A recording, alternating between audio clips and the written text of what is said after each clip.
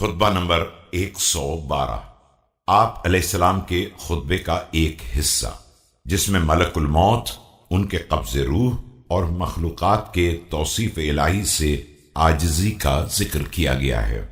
بسم اللہ الرحمن الرحیم۔ کیا جس وقت ملک الموت گھر میں داخل ہوتے ہیں تمہیں کوئی احساس ہوتا ہے؟ اور کیا انہیں روح قبض کرتے ہوئے تم نے کبھی دیکھا ہے؟ بھلا وہ شکم مادر میں بچے کو کس طرح مارتے ہیں؟ کیا کسی طرف سے اندر داخل ہو جاتے ہیں، یا روح ہی ان کی آواز پر لبیک کہتی ہوئی نکل آتی ہے، یا پہلے سے بچے کے پہلو میں رہتے ہیں؟ سوچو کہ جو شخص ایک مخلوق کے کمالات کو نہ سمجھ سکتا ہو، وہ خالق کے اوصاف کو کیا بیان کر سکے گا؟ Do you feel when the angel of death enters a house, or do you see him when he takes out life of anyone? How does he take out the life of an embryo in the womb of his mother? Does he reach it through any part of her body?